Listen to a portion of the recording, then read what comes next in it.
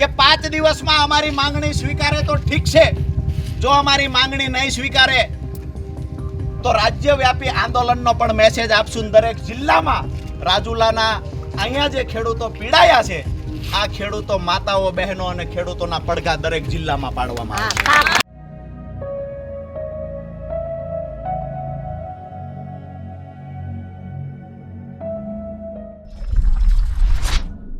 રાજુ કરપડાને આપણે અનેકવાર આવી રીતના રેલીમાં જ્યારે એ કોઈને ચીમકી આપતા હોય એવી રીતના જોયા છે। મોટાભાગે ખેડૂતો સાથે એ રેલી નીકાળતા હોય છે, જે આવેદનપત્ર આપવાની વાત હોય છે। ફરી એકવાર અમરેલીના ખેડૂતોની જેટલી પણ સમસ્યાઓ છે એના માટે એ આવેદનપત્ર આપવા માટે નીકળ્યા હતા, મોટી રેલી કરી હતી।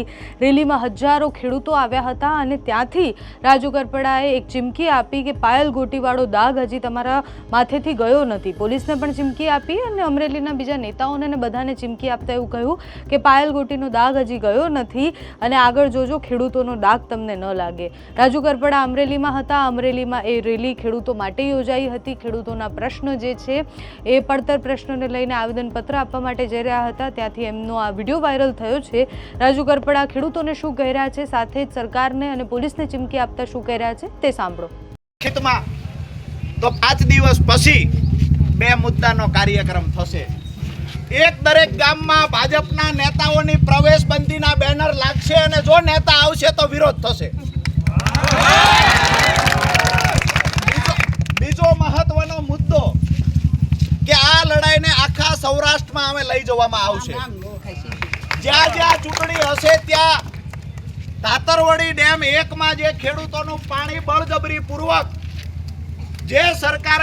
જે સરકારના ચૂંટાયેલા નેતા લઈ જવાના પ્રયત્ન કરે છે અને સરકાર મૂંગી થઈને બેઠી છે, તો એ સરકાર 5 દિવસમાં સમજી જાય।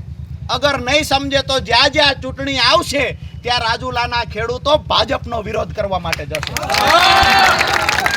અહીંયાથી આપણે ગુજરાતના તમામ ખેડૂતોને વિનંતી કરીએ છીએ કે 5 દિવસમાં અમારી માંગણી સ્વીકારે તો ઠીક છે, જો અમારી માંગણી નહીં સ્વીકારે તો રાજ્યવ્યાપી આંદોલનનો પણ મેસેજ આપશું। દરેક જિલ્લામાં રાજુલાના અહીંયા જે ખેડૂતો પીડાયા છે, આ ખેડૂતો માતાઓ બહેનો અને ખેડૂતોના પડઘા દરેક જિલ્લામાં પાડવામાં આવશે।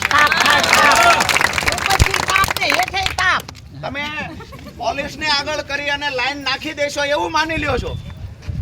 એ લાઈન નાખતા પહેલા, હજુ કામ પૂરું થયા પહેલા તમારા હાથે એવા કાળા કામ કરવા પડશે કે તમારો આત્મા પણ ના પાડશે।